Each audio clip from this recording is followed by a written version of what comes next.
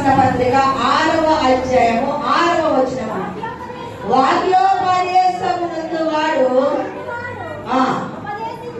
ఉపదేశించు వానికి మంచి పదార్థములన్నిటిలోనూ భాగమియ్యవలెను.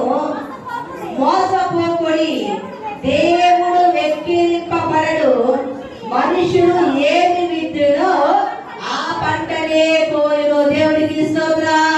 వాక్యోపదేశము పొందువాడు ఉపదేశించు వారికి మంచి పదార్థములన్నిటిలో కూడా భాగం ఇవ్వాలంట. చూడండి, చాలా మంది అనుకుంటాము ఆ చర్చిలో భోజనాలు పెట్టుకుని చూపించాడు. దేవుడికి స్తోత్రం. హల్లెలూయా. వారికి అన్ని సమృద్ధిగా ఉన్నాయి, ధనము, ఆస్తిపాస్తులు, సిరి సంపదలు అన్ని సమృద్ధిగా ఉన్నాయి, కానీ సంతానం మాత్రం కొద్దుగా ఉన్నది. దేవుడికి స్తోత్రం.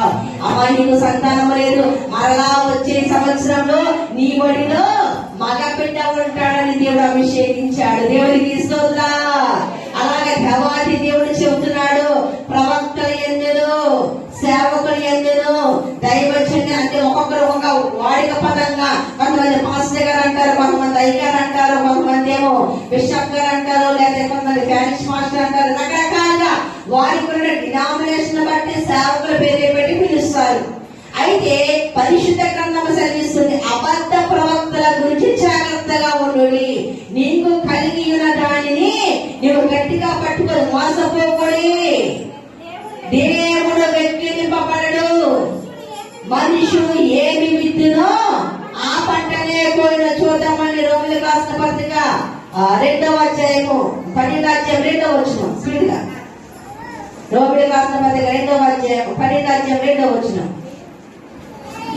మీరు ఈ లోక మర్యాదను అనుసరింపగా ఉత్తమమును అనుకూలమునయున్న దేవుని చిత్తమేదో పరీక్షించి తెలుసుకోవాలి.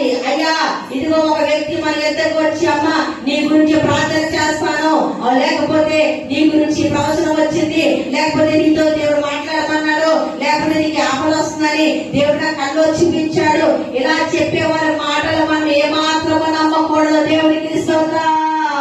హల్లెలూయా. దేవాది దేవుడి యొక్క ప్రేమ ఎలా ఉన్నదంటే, ఒక సహోదరికి వచ్చిన దర్శనము రెండవ సహోదరికి మర్మముతో కూడిన దర్శనం వస్తుంది. అలాగే ఇంకొక సహోదరికి దేవుడు చూపిస్తాడు. ఆ దర్శనం నిమిత్తము వారు ప్రార్థించినప్పుడు అది మేలైనా కీడైనా, మేలైతే మేలు కోసం, కీడైతే ప్రభా ఏ కుటుంబంలోనూ కూడా ఆ తలంపు రాకూడదని ప్రార్థించే బిడ్డగా మనం ఉండాలి. దేవుడికి స్తోత్రం. హల్లెలూయా. నిన్నటి కాల సమయంలో మీరు న్యూస్ లో చూసారో లేదో తెలియదు, కానీ ఒక కామెంట్ అండి వేటి న్యూస్ లో, తర్వాత ఫేస్బుక్ లో చాలా దీంట్లో వచ్చినాయి.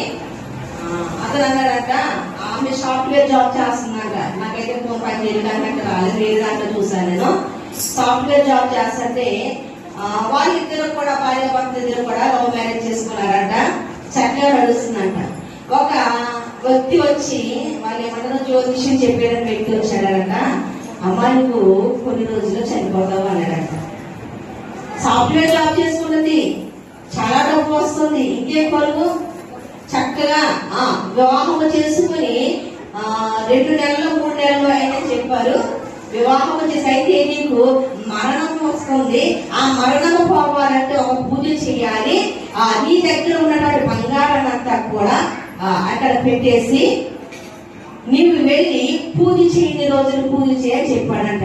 అంత బాగా చేసిందంట. లాస్ట్ లో వచ్చినప్పటికి ఇంకా 1 minute లో పూజ అయిపోతుందంట. పూజ అయిపోతున్నప్పుడు వెళ్ళి తనకు తెలియకపోయిన ప్రయాణ గురిపెట్టి చనిపోయిందంట. నేటి సమాజం ఎలా ఉందో తెలుసండి. మన బతుకు కోసమే, మన భవిష్యత్తు కోసమే మనం ఎరగము. మనము ఎదుటి వారికి ఎలా చెప్పగలము? అందుకే పరిశుద్ధాత్మ దేవుడు సెలవిస్తున్నాడు, ఎవరి మాటలు కూడా మనం నమ్మకూడదు. నీకు ఏది అక్కడగా ఉందో, ఏది కొద్దిగా ఉందో దేవుని సన్నిధానంలో నీ